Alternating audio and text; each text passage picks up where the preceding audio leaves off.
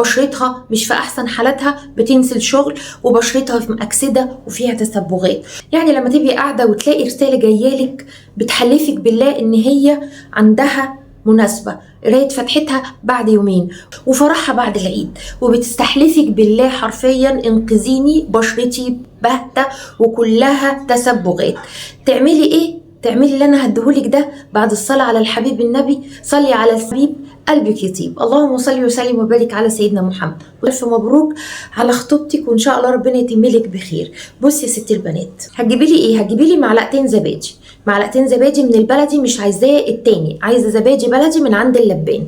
تمام. وتضيفي لي عليهم معلقتين من جوز الهند، جوز الهند البودر بتاع رمضان، جوز الهند العادي. وتضيفي لي كمان عليهم معلقه من الحليب البودر، وزيدي لي كمان معلقه من دقيق الرز ومعلقه من العسل النحل.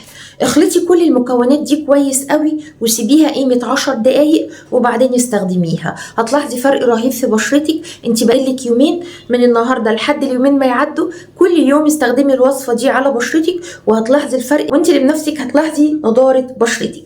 بس كده يا جميله، خلصتي معاكي الفيديو. بتمنى يكون الفيديو عجبك. يا ريت بقى لو الفيديو عجبك ما تنسينيش لايك وشير وسبسكرايب. والسلام عليكم ورحمه الله وبركاته.